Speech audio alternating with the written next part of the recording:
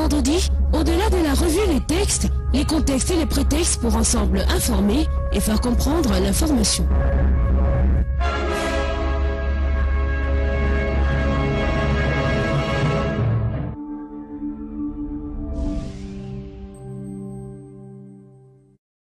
De retour sur le plateau de la matinale après cette petite transition en publicité avec nos différents partenaires, je vais dire bonjour particulièrement ce matin à Madame Akolo Gertrude, chef d'agence de la régionale Biémassi. Bonjour Madame Akolo Gertrude.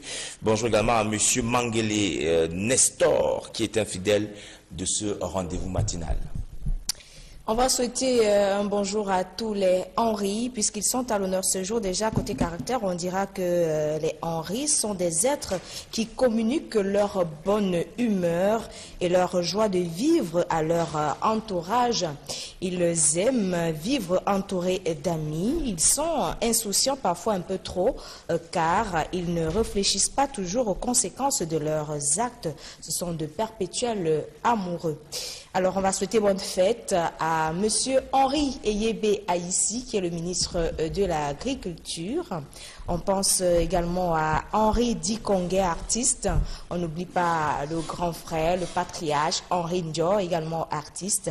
Je dis bonjour à Henri Maya Bichoka, qui est un ami. Bonjour à toi, mon frère. Je n'oublie pas Henri Roméo Ebodé, footballeur, qui n'est autre que le frère de notre collègue Norbert Olivier Ebodé, en service à la rédaction, journaliste à la rédaction centrale de Vision 4. Bonne son fête frère, c'est un à tous pro. les Henri. C'est un pro.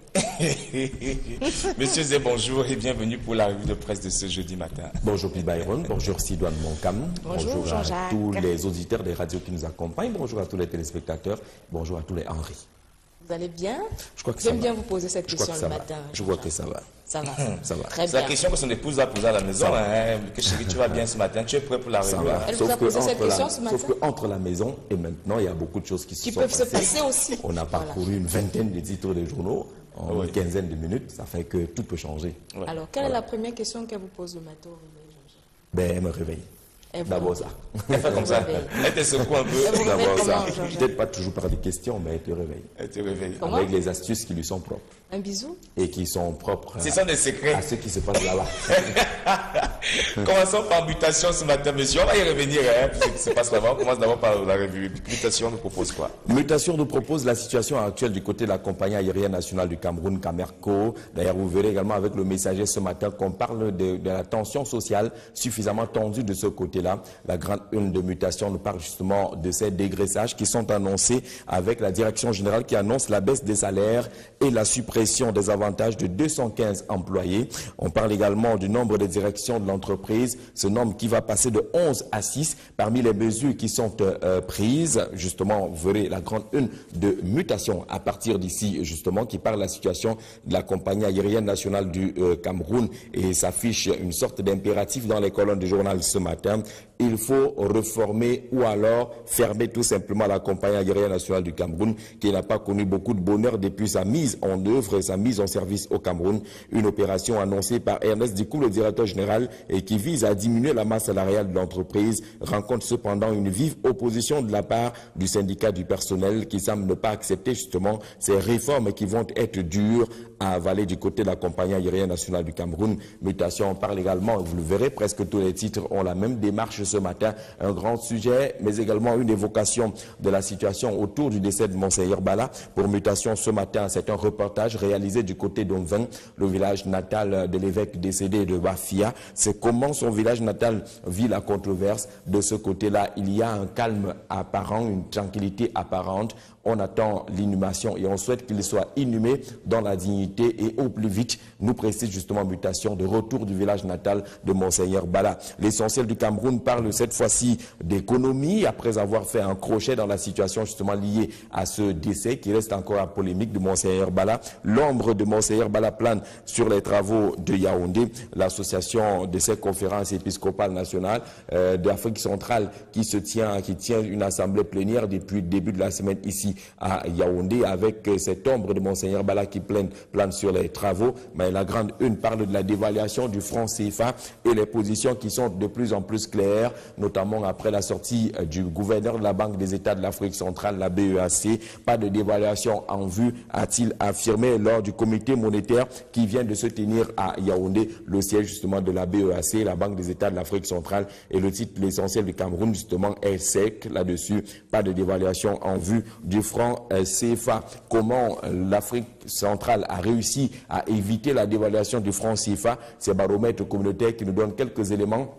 Là-dessus, il y a cette affaire de 2600 milliards de francs CFA qui ont réussi à éloigner l'Afrique centrale de la dévaluation. C'est le titre choisi par notre confrère qui, sur la base d'une comparaison établie par le gouverneur de la Banque des États de l'Afrique centrale, la BEAC, indique qu'entre les années 90, l'année d'avant, entrée dans la dévaluation, 93, 94, justement, les chiffres pour ce qui est des réserves étaient suffisamment bas à cette époque-là. On parlait justement des réserves qui se situaient à 165 milliards de francs CFA en 1993, mais aujourd'hui, justement, pendant que certaines sources essayaient d'évoquer la dévaluation du franc CFA, les réserves de la sous-région se situent à 2800 milliards de francs CFA. Et du coup, c'est cet excédent-là, ces 2600 milliards de francs CFA qui ont permis justement d'esquiver et d'éviter la dévaluation du franc CFA. Sauf que pour réussir à tenir, il faut que l'Afrique centrale se mobilise selon les orientations qui ont été prescrites par les institutions financières, et notamment la BEAC. Et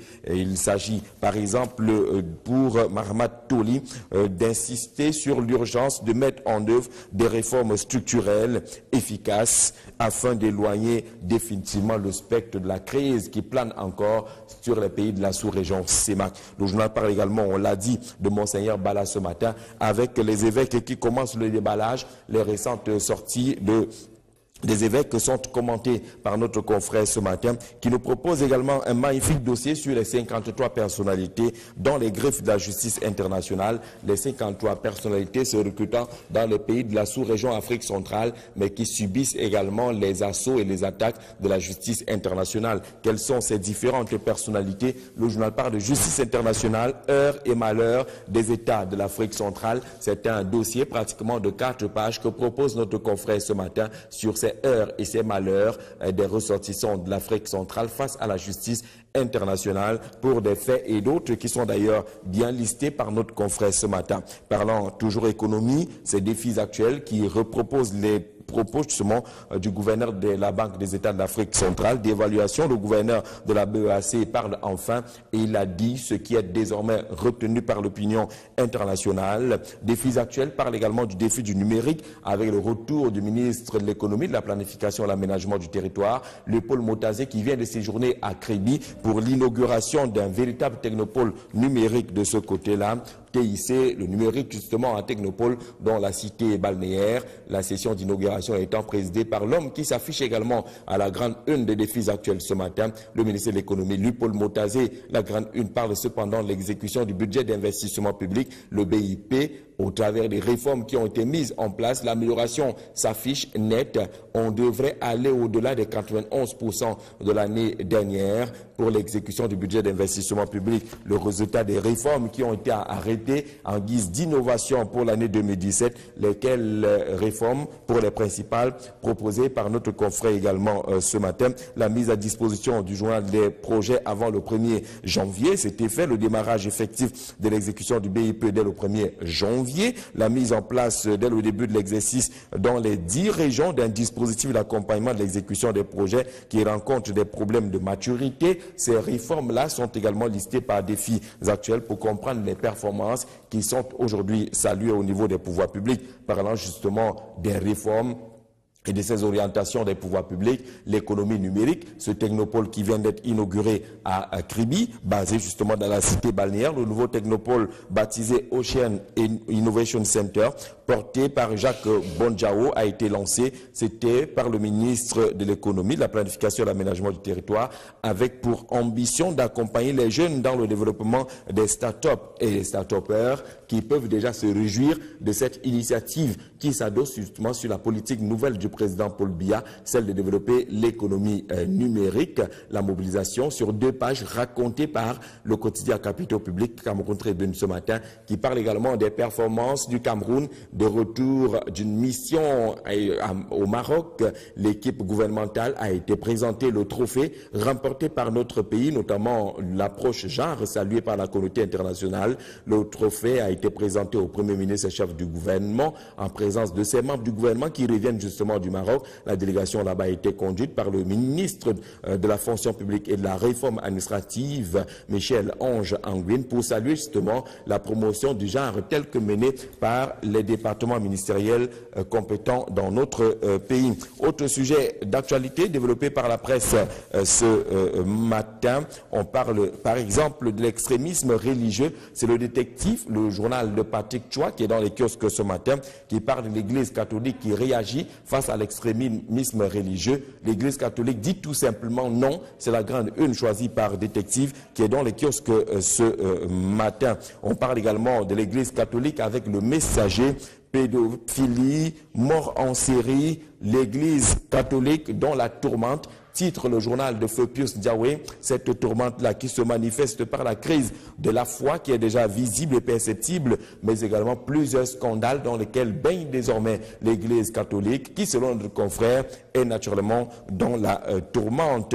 Pour parler également de ces sujets, la nouvelle expression évoque naturellement, on va le dire, la situation du côté de la compagnie aérienne nationale du Cameroun comme les autres, mais également la grande une qui concerne justement les concours administratifs. Le journal nous propose une immersion dans le business des examens au Cameroun. Chaque année, sensiblement entre le mois de mai et septembre, sont lancés de nombreux concours, ces concours administratifs qui doivent faire rentrer dans les caisses de l'État pas moins de 5 à 10 milliards de francs CFA, mais également ces concours formels parcourus également dans cette immersion proposée par la nouvelle expression, le journal de Séverin Tchouke, qui est dans les kiosques naturellement ce matin. Des inquiétudes du Cameroun relativement à l'organisation de la Coupe d'Afrique des Nations 2019, les inquiétudes également des observateurs internationaux. Le cas de Patrick Mboma, c'est la grande une d'Info Matin, qui est dans les kiosques ce matin.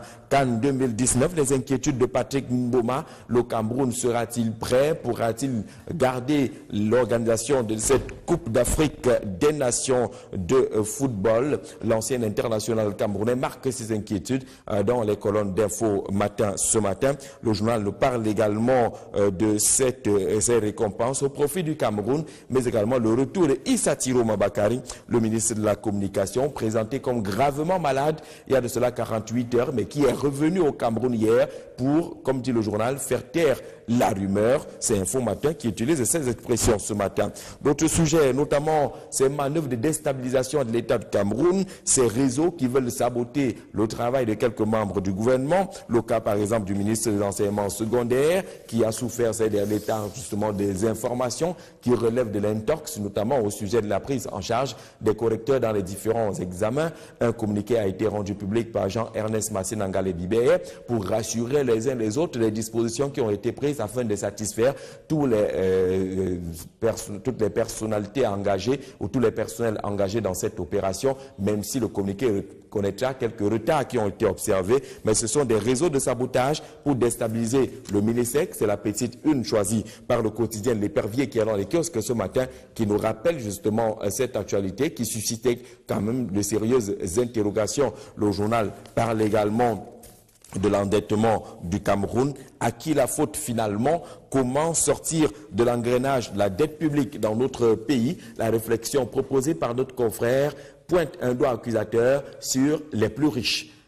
Membres du gouvernement, députés, sénateurs et autres qui, face à leur attitude d'incivisme et autres, semblent également asseoir l'endettement public dans notre pays. Comment sortir finalement de cet engrenage? C'est la réflexion que propose le quotidien L'Épervier qui est dans les kiosques ce matin et comme beaucoup de titres, on l'a vu, n'évite pas absolument le cas de Monseigneur Bala. L'info qui est dans les kiosques nous parle justement de Rome qui vient de dénoncer un faux communiqué qui a été attribué au Vatican. Selon ce communiqué, le Saint-Siège aurait demandé aux uns et aux autres de respecter les conclusions des autorités. Faux semble retorquer justement Rome qui dénonce justement ce faux communiqué qui ne viendrait pas du Vatican selon la lecture proposée par le journal L'Info qui est dans les kiosques ce matin. L'Info qui nous parle également de ce temps de l'austérité qui est ouvert dans la sous-région et particulièrement au Cameroun avec évidemment des choses qui seraient souhaitées, la réduction des ministères,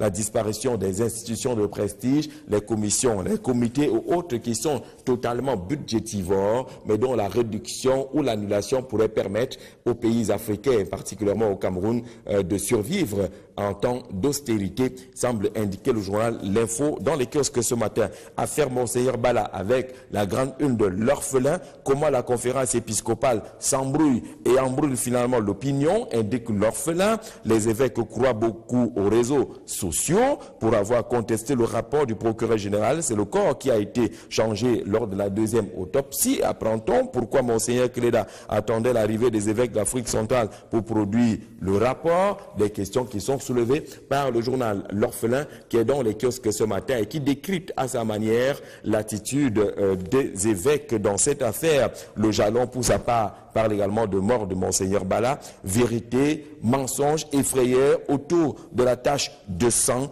La tragique disparition de l'évêque de Bafia provoque un chahut indicible au sein de l'opinion nationale et internationale, autant qu'un chagrin imprescriptible dans les cœurs. Tout ce qui se dit autour de ce triste décès est raconté par le journal Le Jalon qui est dans les kiosques ce matin et qui nous signale qu'on est justement dans ce bain-là entre vérité et mensonge, mais davantage des frayeurs autour de cette tache de sang qu'il faut bien reconnaître. Le décès est toujours présenté comme tragique pour des causes qui attendent justement d'être élucidées. On parlait dans cette édition également de la Coupe d'Afrique des Nations, les inquiétudes de Patrick Mboma, le positionnement de l'Algérie qui tend la main et indique justement que si le Cameroun n'est pas prêt, eh bien l'Algérie présenterait également sa candidature pour hériter de cette Coupe d'Afrique des Nations. C'est ce qu'indique le Guardian Post en sa grande une ce matin au regard justement de l'agenda qui semble encore très opaque au Cameroun autour de l'organisation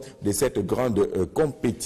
Et puis disons un mot avec le financier d'Afrique qui est dans les kiosques ce matin et qui parle du budget 2018, le travail mené par lui Paul Motazé, le ministre de l'économie, de la planification et de l'aménagement du territoire, qui s'approprie de la circulaire présidentielle moins d'un mois après la publication le 20 juin 2017 de la circulaire du président Paul Biya relative à la préparation du budget 2018 de l'État du Cameroun. Le ministre de l'économie invite les administrations publiques à la tenue des travaux relatifs aux conférences de budgétisation des fonds de contrepartie, du chronogramme de mise en œuvre des activités et de la détermination de la chaîne des résultats attendus pour l'année 2018. C'est le financier d'Afrique qui consacre justement sa grande une à cette prompte réaction du patron de l'économie pour suivre exactement les lignes déjà tracées par la circulaire du président de la République. Et puis il y a toujours cette tornade autour de l'église évangélique du Cameroun.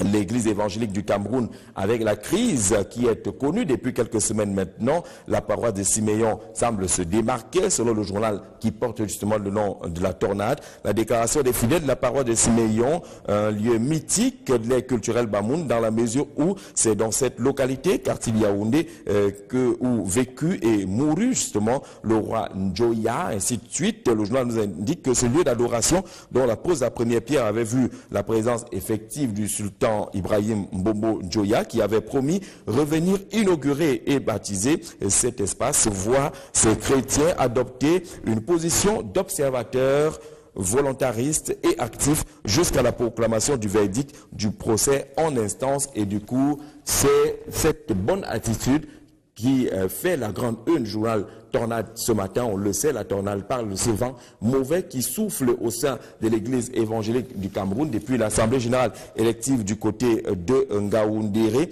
Le journal parle également des communautés urbaines avec les bandits dans les coffres-forts, nous indique notre confrère qui salue également toutes les vacances scolaires et les initiatives qui sont prises, mais qui pense que l'industrie touristique au Cameroun est en panne.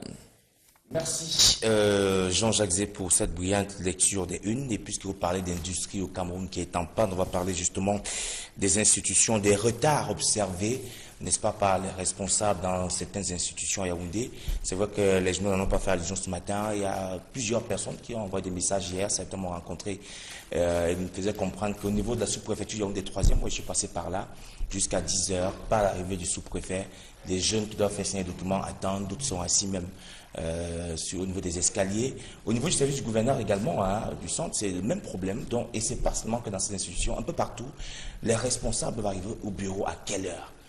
Pourquoi il faut toujours attendre 10 h, 11 h pour qu'un gouverneur ou un sous-préfet arrive au bureau? Non, il faut toujours se méfier des dénonciations qui se limitent sur les a priori.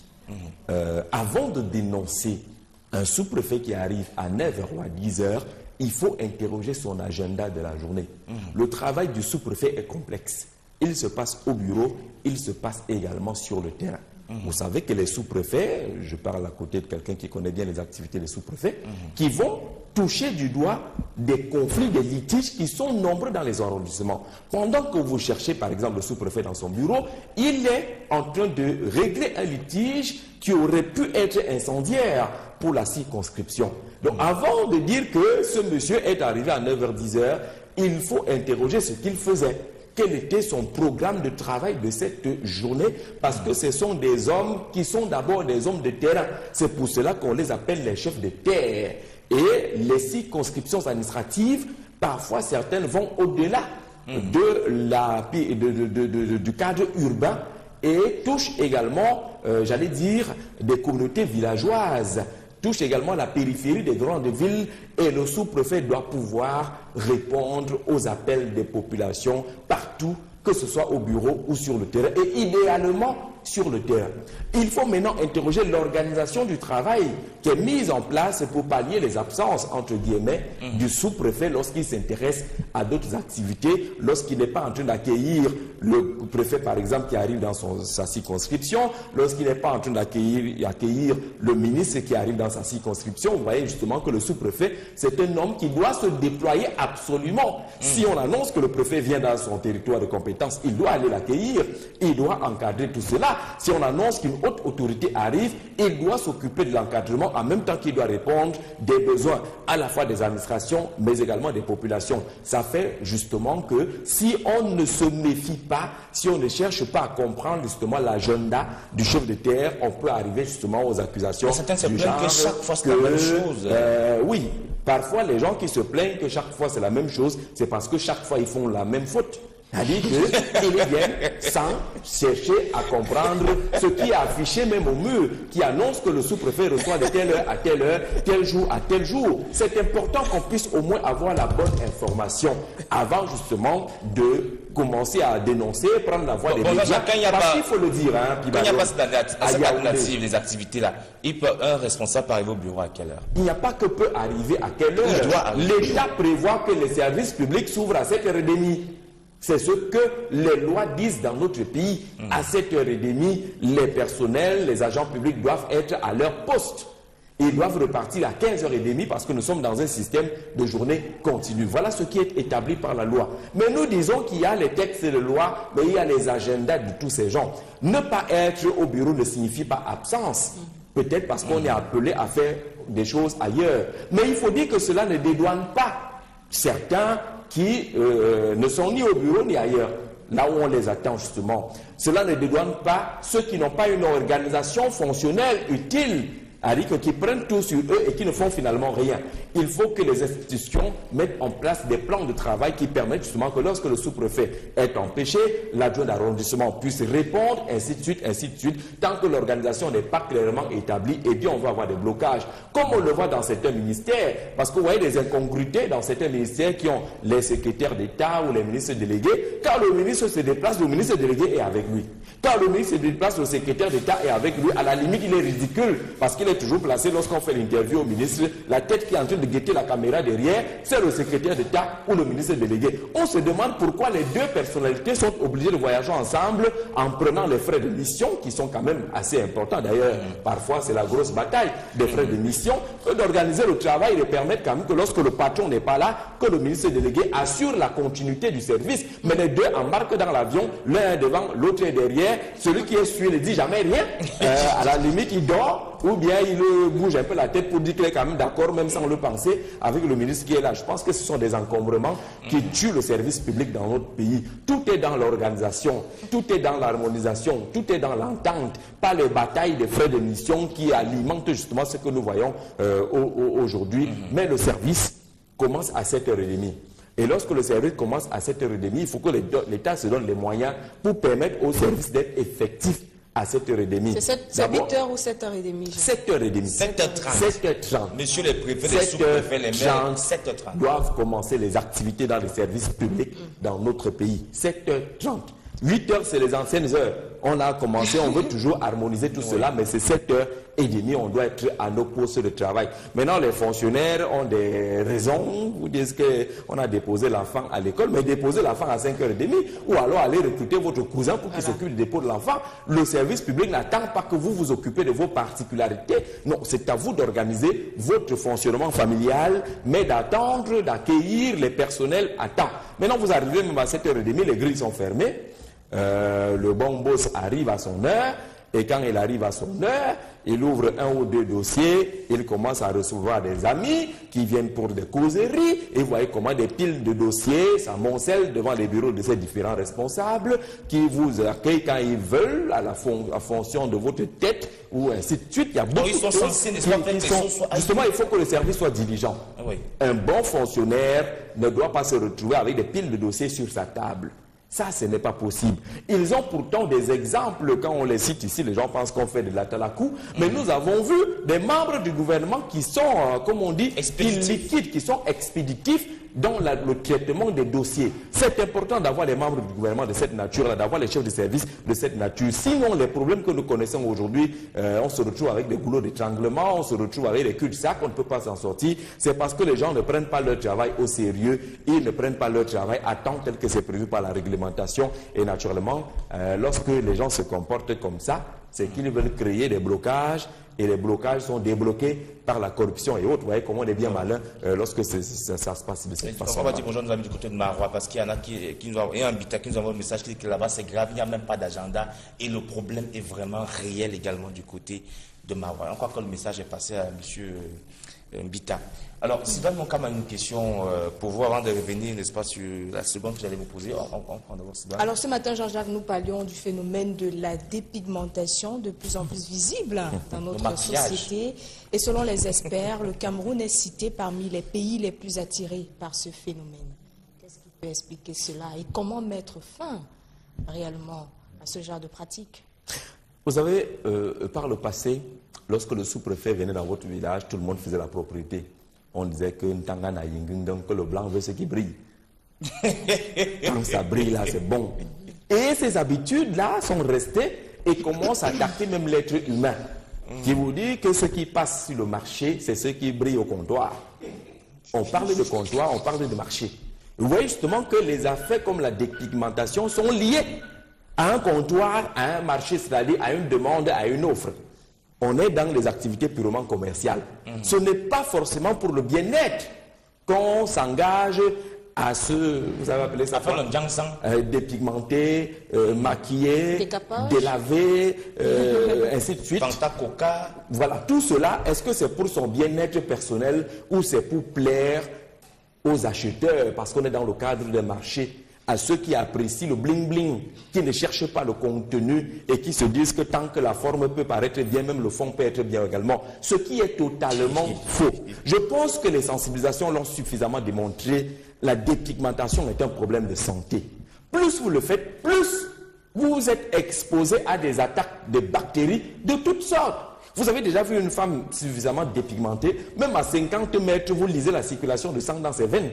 Vous voyez les couleurs des veines, généralement c'est bleu. On ne sait pas si le sang est devenu bleu, la peau devient tellement fine qu'on ne peut même pas faire la petite chirurgie sur votre peau. On ne peut pas recoller les morceaux lorsque vous avez par exemple une blessure, ainsi de suite. Et quand il fait chaud, naturellement, puis Byron, vous avez certainement été à côté de ces gens, ce que vous ressentez n'est pas descriptible ici. Il y a donc 1001 problèmes que connaissent les gens qui se disent présenter la meilleure forme pour que le marché puisse être accessible, ce qui est totalement faux. Nous avons la possibilité de trouver des peaux claires naturelles. Ma voisine est justement l'illustration parfaite de ces peaux claires naturelles. C'est Dieu qui donne. Et quand il donne, vous prenez, vous vous en contentez. S'il a choisi que vous soyez Kunta Kinte, noir, restez Kunta Kinte et vivez justement votre parce que même sur le marché, il y a quelqu'un qui cherche cette peau. Mais c'est généralement pour vous plaire, hein, Jean-Jacques. Pour plaire à qui justement? Tu aimes les femmes, bon. J'aime les femmes qui sont belles. Maintenant, je voulais demander brune noir pour moi. Maintenant, ça n'a pas un rapport direct avec la couleur de la peau.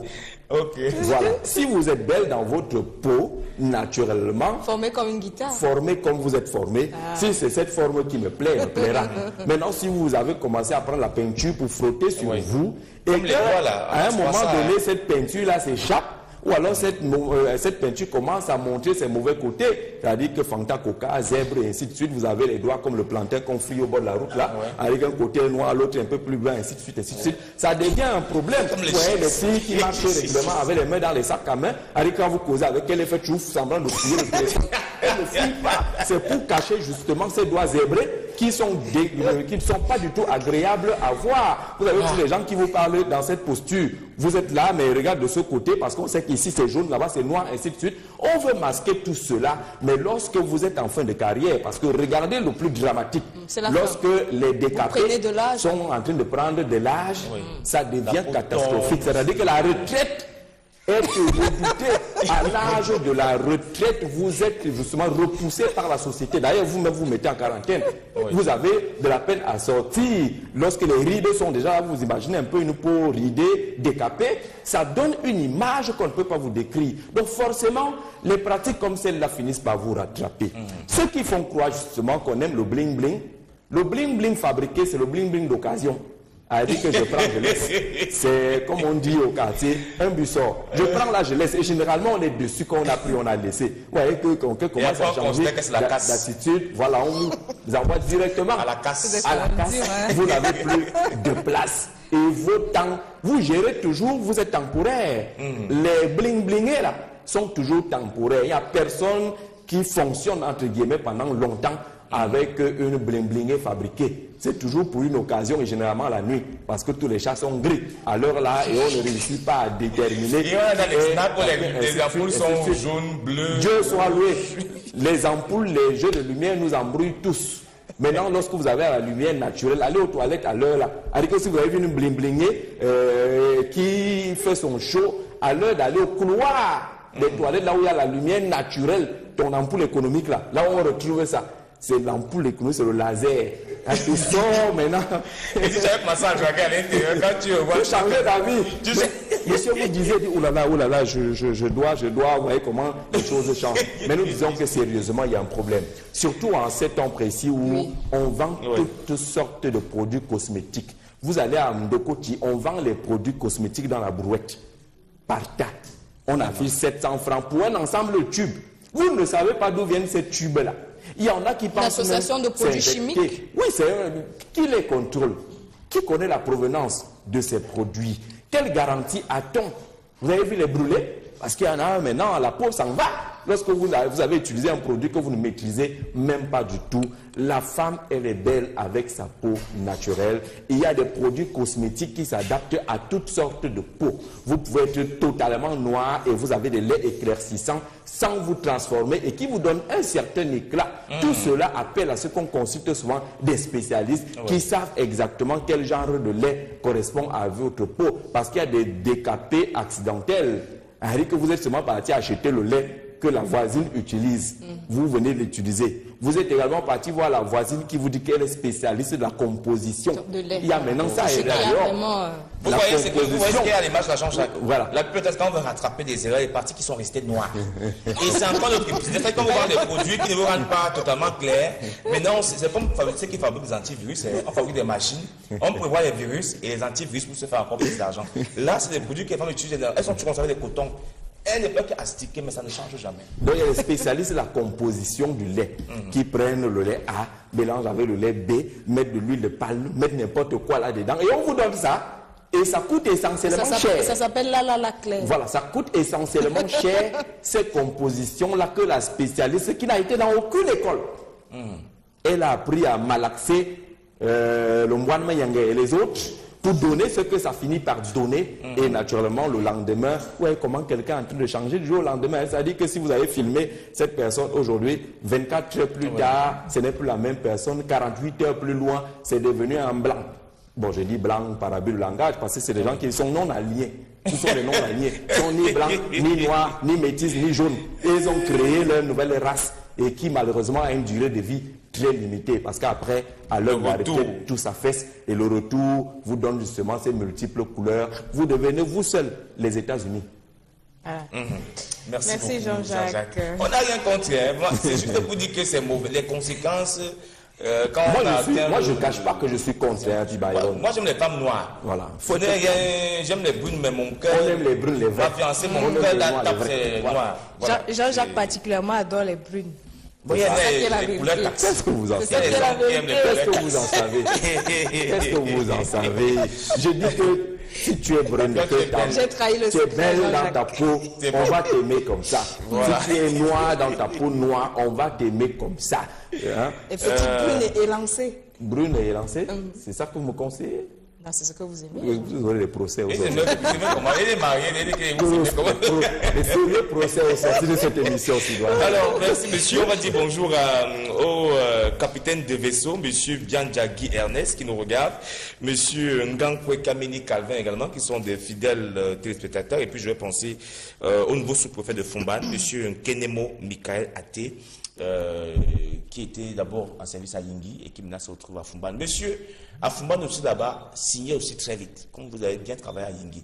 Et monsieur Nestor Dim, qui est mon ami personnel, à Ifoulan là aussi. Monsieur le sous-préfet de Yaoundé 3e. Vraiment, signez aussi vite, libérez vite les dossiers, comme l'a dit Jean-Jacques. Alors, on va penser à quelques fonctionnaires de police qui sont fidèles à la matinale, à la revue de presse également. Je pense à l'IPP Nga Rosette, bonjour. Je pense également à l'IPP Hippo Claude, on n'oublie pas IP2 et IP1, CI Simon et Bou Peter, qui sont donc en service à la direction de la police des frontières, ici même à Yaoundé, Jean-Jacques. Qu'est-ce que vous faites? Non, je salue justement tous ces IPP.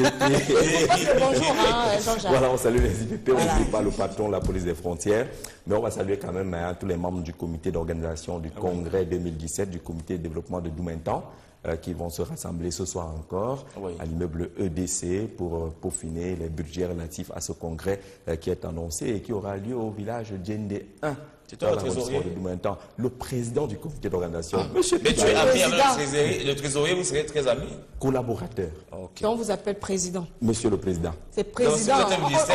On met généralement de côté le monsieur, on dit président. Voilà. Président. Donc, si vous êtes au ministère des Finances, vous êtes ministre des Finances, vous ne serez pas très proche du directeur du budget. Non, parce que vous êtes censé travailler en collaboration, vous devez être proche. Mais si vous êtes proche parce que vous avez tissé vos nids de détournement, ça devient un problème. Parce que lorsque l'opération épervier arrive, dit que le sauve qui peut ne sauve pas toujours tout le monde, hein. Mais on a intérêt à travailler ensemble, à mettre en place surtout des mécanismes de traçabilité qui permettent d'être efficaces dans l'exécution justement des tâches qui sont les nôtres. Si on réussit à mettre en place ces mécanismes-là, on est des vrais amis, des bons amis. Mais si on est des amis du noir, c'est un problème. Alors, généralement, les présidents sont des personnes qui farotent, hein, Jean-Jacques. Vous le faites aussi? C'est les anciens présidents. Lorsqu'il n'y avait pas l'opération Épervier. C'est eux qui farotaient. Aujourd'hui, le président farote en termes de projet, en termes de programme. Et le président appelle les gens à mettre la main dans la poche pour permettre aux caisses de respirer et au développement de se mettre en place. On va également penser au commissaire Minkada, également en service à la police des frontières, ici même à Yaoundé. Et bonjour à tout le personnel en service de ce côté-là. Merci Jean-Jacques. Portez-vous bien. Demain, on va revenir sur le sujet des Lions pour la prochaine CAN, pour revenir sur les propos de Mboma. On n'a pas eu le temps de parler ça aujourd'hui. Demain, on y reviendra. En tout cas, rendez-vous pour le journal de 20h et demain pour notre revue de presse. La pub.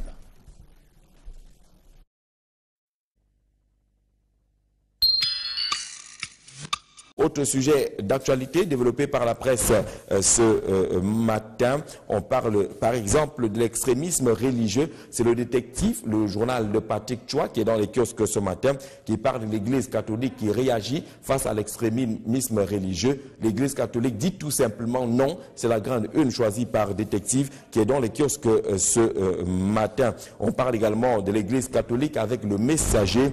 Pédophilie, mort en série, l'Église catholique dans la tourmente, titre le journal de Feu Pius Ndiaye. Cette tourmente-là qui se manifeste par la crise de la foi qui est déjà visible et perceptible, mais également plusieurs scandales dans lesquels baigne désormais l'Église catholique qui, selon notre confrère, est naturellement dans la tourmente. Pour parler également de ces sujets, la Nouvelle Expression évoque naturellement, on va le dire, la situation du côté de la compagnie aérienne nationale du Cameroun comme les autres, mais également la grande une qui concerne justement les concours administratifs. Le journal nous propose une immersion dans le business des examens au Cameroun. Chaque année, sensiblement entre le mois de mai et septembre, sont lancés de nombreux concours, ces concours administratifs qui doivent faire rentrer dans les caisses de l'État pas moins de 5 à 10 milliards de francs CFA, mais également ces concours formels parcourus également dans cette immersion proposée par la Nouvelle Expression, le journal de Séverin Tchouke, qui est dans les kiosques naturellement ce matin. Des inquiétudes du Cameroun relativement à l'organisation de la Coupe d'Afrique des Nations 2019, les inquiétudes également des observateurs internationaux. Le cas de Patrick Mboma, c'est la grande une d'Info Matin, qui est dans les kiosques ce matin. CAN 2019, les inquiétudes de Patrick Mboma, le Cameroun sera-t-il prêt? Pourra-t-il garder l'organisation de cette Coupe d'Afrique des Nations de football? L'ancien international camerounais marque ses inquiétudes dans les colonnes d'Info Matin ce matin. Le journal nous parle également de ces récompenses au profit du Cameroun, mais également le retour de Issa Thiro Mabakari, le ministre de la Communication, présenté comme gravement malade il y a de cela 48 heures, mais qui est revenu au Cameroun hier pour, comme dit le journal, faire taire la rumeur. C'est Info Matin qui utilise ces expressions ce matin. D'autres sujets, notamment ces manœuvres de déstabilisation de l'État du Cameroun, ces réseaux qui veulent saboter le travail de quelques membres du gouvernement. Le cas, par exemple, du ministre de l'Enseignement secondaire qui a souffert ces derniers temps justement des informations qui relèvent de l'intox, notamment au sujet de la prise en charge des correcteurs dans les différents examens. Un communiqué a été rendu public par Jean-Ernest Massénangale-Bibé pour rassurer les uns les autres les dispositions qui ont été prises afin de satisfaire toutes les personnalités engagées ou tous les personnels engagés dans cette opération, même si le communiqué connaîtra quelques retards qui ont été observés, mais ce sont des réseaux de sabotage pour déstabiliser le Minisec. C'est la petite une choisie par le quotidien L'Épervier qui est dans les kiosques ce matin, qui nous rappelle justement cette actualité qui suscitait quand même de sérieuses interrogations. Le journal parle également de l'endettement du Cameroun. À qui la faute finalement? Comment sortir de l'engrenage de la dette publique dans notre pays? La réflexion proposée par notre confrère pointe un doigt accusateur sur les plus riches. Membres du gouvernement, députés, sénateurs et autres qui, face à leur attitude d'incivisme et autres, semblent également asseoir l'endettement public dans notre pays. Comment sortir finalement de cet engrenage? C'est la réflexion que propose le quotidien L'Épervier qui est dans les kiosques ce matin et comme beaucoup de titres, on l'a vu, n'évite pas absolument le cas de Monseigneur Bala. L'info qui est dans les kiosques nous parle justement de Rome qui vient de dénoncer un faux communiqué qui a été attribué au Vatican. Selon ce communiqué, le Saint-Siège aurait demandé aux uns et aux autres de respecter les conclusions des autorités. Faux semble retorquer justement Rome qui dénonce justement ce faux communiqué qui ne viendrait pas du Vatican selon la lecture proposée par le journal L'Info qui est dans les kiosques ce matin. L'Info qui nous parle également de ce temps de l'austérité qui est ouvert dans la sous-région et particulièrement au Cameroun avec évidemment des choses qui seraient souhaitées, la réduction des ministères, la disparition des institutions de prestige, les commissions, les comités ou autres qui sont totalement budgétivores mais dont la réduction ou l'annulation pourrait permettre aux pays africains, particulièrement au Cameroun, de survivre en temps d'austérité, semble indiquer le journal L'Info dans les kiosques ce matin. Affaire Monseigneur Bala avec la grande une de l'orphelin, comment la conférence épiscopale s'embrouille et embrouille finalement l'opinion, indique l'orphelin. Les évêques croient beaucoup aux réseaux sociaux pour avoir contesté le rapport du procureur général. C'est le corps qui a été changé lors de la deuxième autopsie. Apprend-on pourquoi Monseigneur d'abord des hommes de terrain. C'est pour cela qu'on les appelle les chefs de terre. Et les circonscriptions administratives, parfois certaines vont au-delà du cadre urbain et touchent également, j'allais dire, des communautés villageoises, touchent également la périphérie des grandes villes et le sous-préfet doit pouvoir répondre aux appels des populations partout, que ce soit au bureau ou sur le terrain, et idéalement sur le terrain.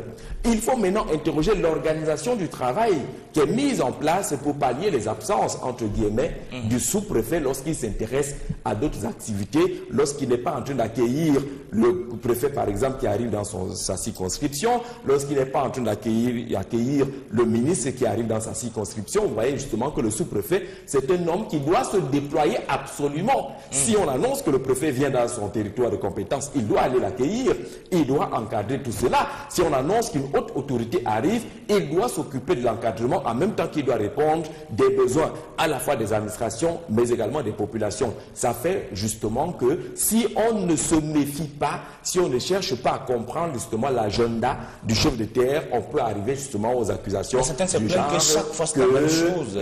Oui, parfois les gens qui se plaignent que chaque fois c'est la même chose, c'est parce que chaque fois ils font la même faute. C'est-à-dire qu'ils viennent sans chercher à comprendre ce qui est affiché même au mur, qui annonce que le sous-préfet reçoit de telle heure à telle heure, tel jour à tel jour. C'est important qu'on puisse au moins avoir la bonne information avant justement de commencer à dénoncer, prendre la voix des médias. Parce qu'il faut le dire. Quand il n'y a pas cette alternative, les activités-là, un responsable peut arriver au bureau à quelle heure? Il n'y a pas que peut arriver à quelle heure. L'État prévoit que les services publics s'ouvrent à 7h30. C'est ce que les lois disent dans notre pays. À 7h30, les personnels, les agents publics doivent être à leur poste. Ils doivent repartir à 15h30 parce que nous sommes dans un système de journée continue. Voilà ce qui est établi par la loi. Mais nous disons qu'il y a les textes de loi, mais il y a les agendas de tous ces gens. Ne pas être au bureau ne signifie pas absence. Peut-être parce qu'on est appelé à faire des choses ailleurs. Mais il faut dire que cela ne dédouane pas certains qui ne sont ni au bureau ni ailleurs, là où on les attend justement. Cela ne dédouane pas ceux qui n'ont pas une organisation fonctionnelle utile, c'est-à-dire qui prennent tout sur eux et qui ne font finalement rien. Il faut que les institutions mettent en place des plans de travail qui permettent justement que lorsque le sous-préfet est empêché, l'adjoint d'arrondissement puisse répondre, ainsi de suite, ainsi de suite. Tant que l'organisation n'est pas clairement établie, eh bien on va avoir des blocages. Comme on le voit dans certains ministères, parce que vous voyez des incongruités dans certains ministères qui ont les secrétaires d'État ou les ministres délégués. Quand le ministre se déplace, le ministre délégué est avec lui.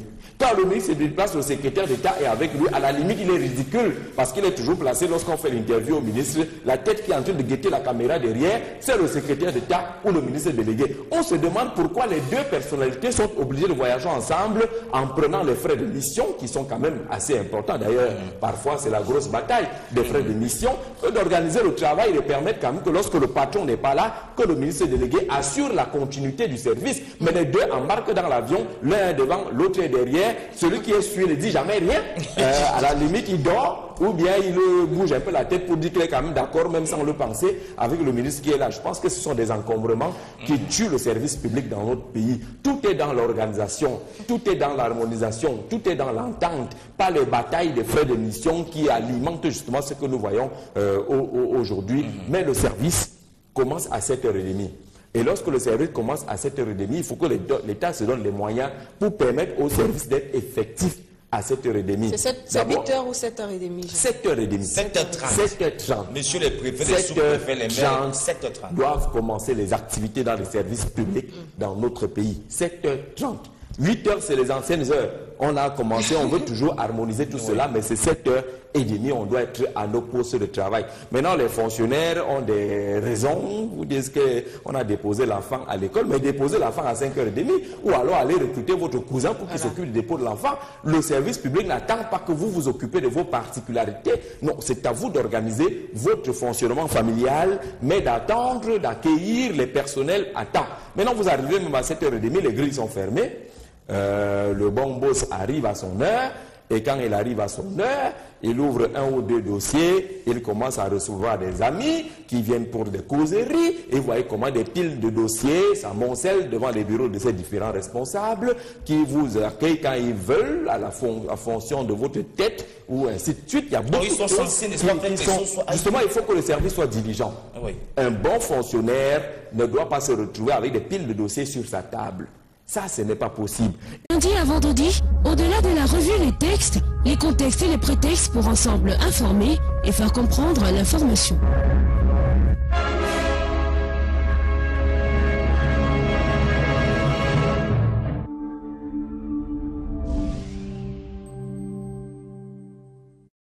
De retour sur le plateau de la matinale, après cette petite transition en publicité avec nos différents partenaires, je vais dire bonjour particulièrement ce matin à Madame Akolo Gertrude, chef d'agence de la régionale Biémassi. Bonjour Madame Akolo Gertrude. Bonjour également à Monsieur Mangele Nestor, qui est un fidèle de ce rendez-vous matinal. On va souhaiter un bonjour à tous les Henri, puisqu'ils sont à l'honneur ce jour. Déjà, côté caractère, on dira que les Henri sont des êtres qui communiquent leur bonne humeur et leur joie de vivre à leur entourage. Ils aiment vivre entourés d'amis. Ils sont insouciants, parfois un peu trop, car ils ne réfléchissent pas toujours aux conséquences de leurs actes. Ce sont de perpétuels amoureux. Alors, on va souhaiter bonne fête à M. Henri Eyebe Aïssi, qui est le ministre de l'Agriculture. On pense également à Henri Dikongue, artiste. On n'oublie pas le grand frère, le patriarche, Henri Ndio, également artiste. Je dis bonjour à Henri Maya Bichoka, qui est un ami. Bonjour à toi, mon frère.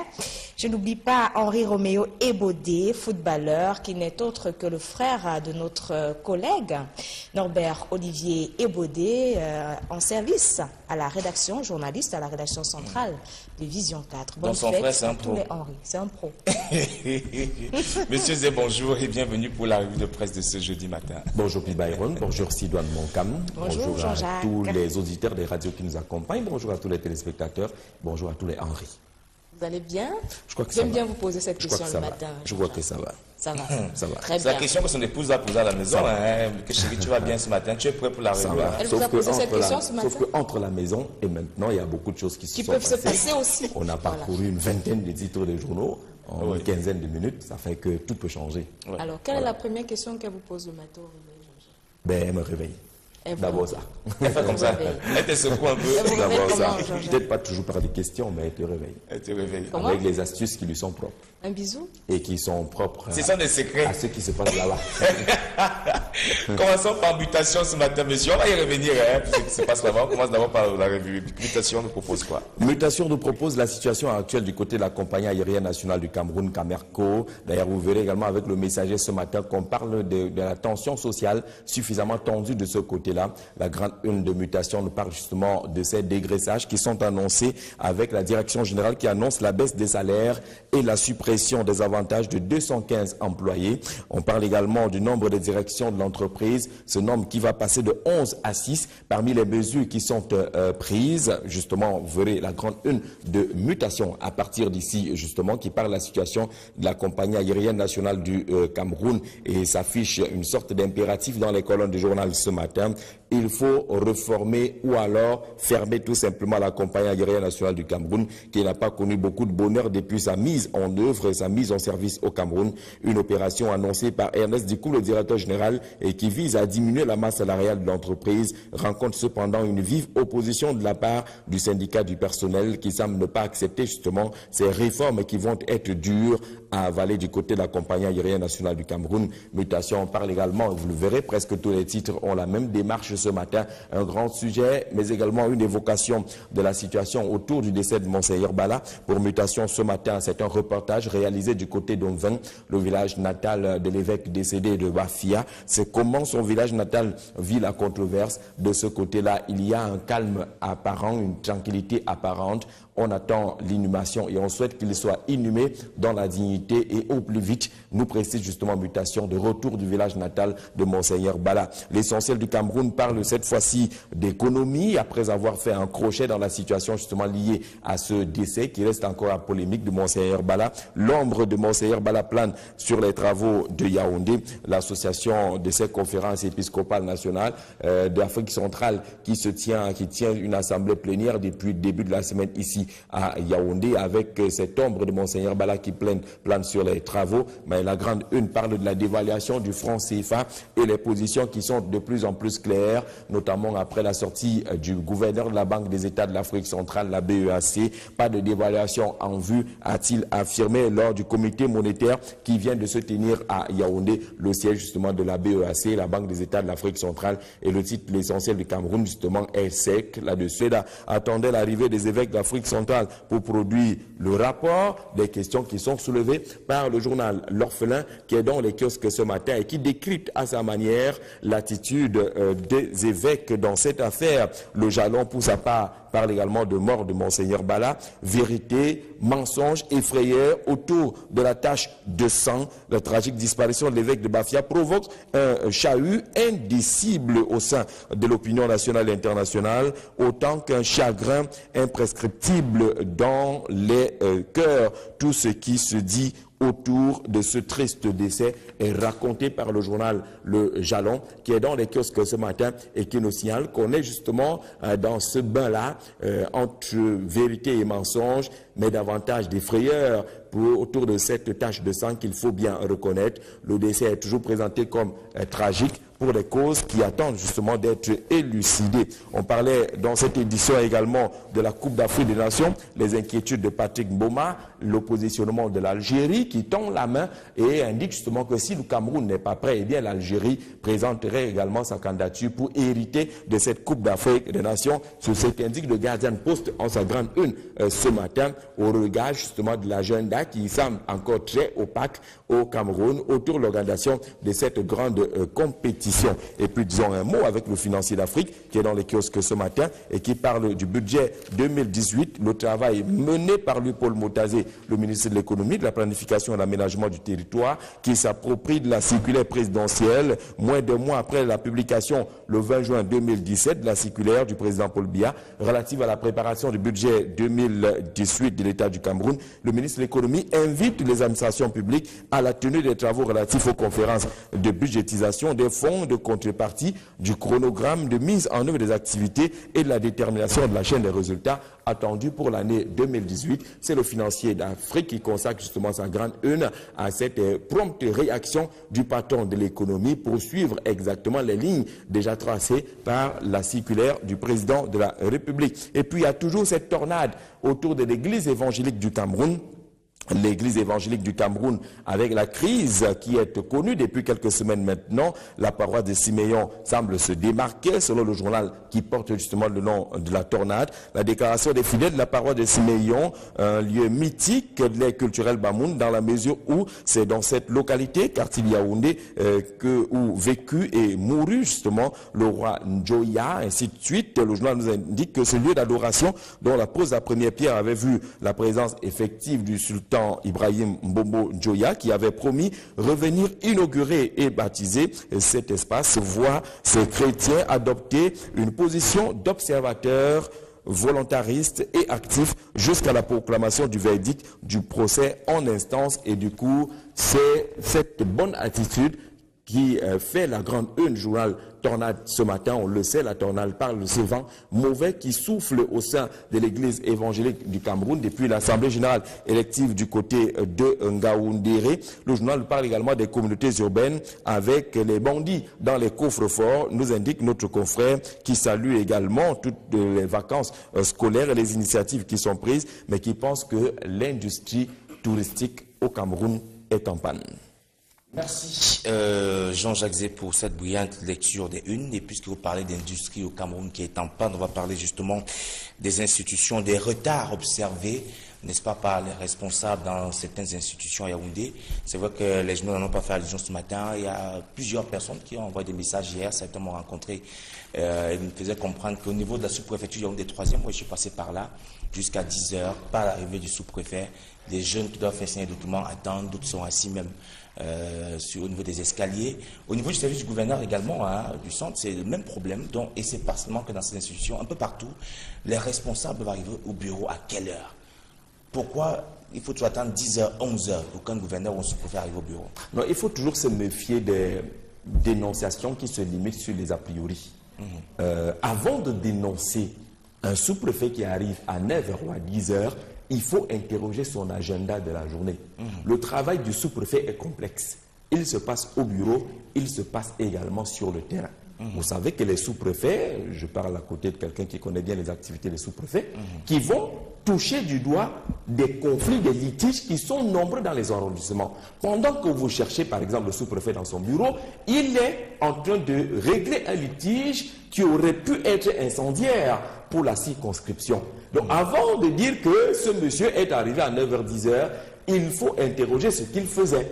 Quel était son programme de travail de cette journée? Parce que ce sont des hommes qui sont... Pas de dévaluation en vue du franc CFA. Comment l'Afrique centrale a réussi à éviter la dévaluation du franc CFA? C'est Baromètre communautaire qui nous donne quelques éléments là-dessus. Il y a cette affaire de 2600 milliards de francs CFA qui ont réussi à éloigner l'Afrique centrale de la dévaluation. C'est le titre choisi par notre confrère qui, sur la base d'une comparaison établie par le gouverneur de la Banque des États d'Afrique centrale, la BEAC, indique qu'entre les années 90, l'année d'avant, entrée dans la dévaluation, 93, 94, justement, les chiffres pour ce qui est des réserves étaient suffisamment bas à cette époque-là. On parlait justement des réserves qui se situaient à 165 milliards de francs CFA en 1993, mais aujourd'hui, justement, pendant que certaines sources essayaient d'évoquer la dévaluation du franc CFA, les réserves de la sous-région se situent à 2800 milliards de francs CFA. Et du coup, c'est cet excédent-là, ces 2600 milliards de francs CFA qui ont permis justement d'esquiver et d'éviter la dévaluation du franc CFA. Sauf que pour réussir à tenir, il faut que l'Afrique centrale se mobilise selon les orientations qui ont été prescrites par les institutions financières, et notamment la BEAC. Et il s'agit, par exemple, pour Mahamat Toli, d'insister sur l'urgence de mettre en œuvre des réformes structurelles efficaces afin d'éloigner définitivement le spectre de la crise qui plane encore sur les pays de la sous-région CEMAC. Le journal parle également, on l'a dit, de Monseigneur Bala ce matin, avec les évêques qui commencent le déballage, les récentes sorties de des évêques sont commentés par notre confrère ce matin, qui nous propose également un magnifique dossier sur les 53 personnalités dans les griffes de la justice internationale, les 53 personnalités se recrutant dans les pays de la sous-région Afrique centrale, mais qui subissent également les assauts et les attaques de la justice internationale. Quelles sont ces différentes personnalités? Le journal parle de justice internationale, heures et malheurs des États de l'Afrique centrale. C'est un dossier pratiquement de 4 pages que propose notre confrère ce matin sur ces heures et ces malheurs des ressortissants de l'Afrique centrale face à la justice internationale pour des faits et d'autres qui sont d'ailleurs bien listés par notre confrère ce matin. Parlant toujours économie, ces défis actuels qui reproposent les propos justement du gouverneur de la Banque des États de l'Afrique centrale, d'évaluation. Le gouverneur de la BEAC parle enfin et il a dit ce qui est désormais retenu par l'opinion internationale. Défis actuels parle également du défi du numérique avec le retour du ministre de l'économie, de la planification et l'aménagement du territoire, Léopold Motazé, qui vient de séjourner à Kribi pour l'inauguration d'un véritable technopôle numérique de ce côté-là. TIC, le numérique justement en technopole dont la cité balnéaire. La session d'inauguration étant présidée par l'homme qui s'affiche également à la grande une des défis actuels ce matin, le ministre de l'économie, Léopold Motazé. La grande une parle cependant de l'exécution du budget d'investissement public, le BIP, au travers des réformes qui ont été mises en place. L'amélioration s'affiche nette.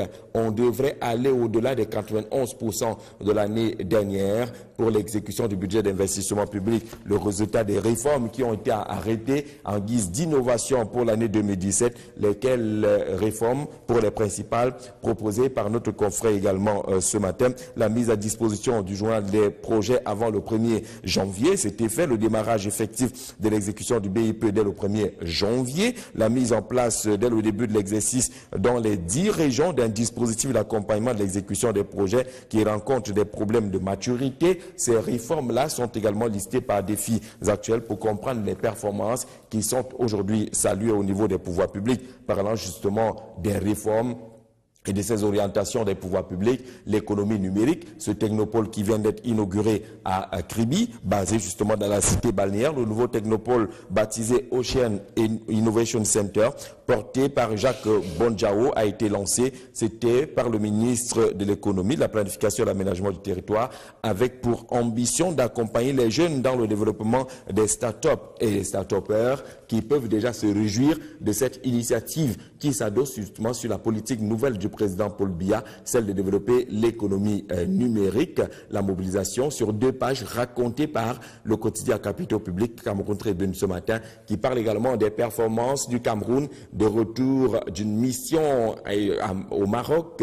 L'équipe gouvernementale a été présentée le trophée remporté par notre pays, notamment l'approche genre saluée par la communauté internationale. Le trophée a été présenté au Premier ministre et chef du gouvernement en présence de ses membres du gouvernement qui reviennent justement du Maroc. La délégation là-bas a été conduite par le ministre de la fonction publique et de la réforme administrative, Michel Ange Anguine, pour saluer justement la promotion du genre telle que menée par les départements ministériels compétents dans notre pays.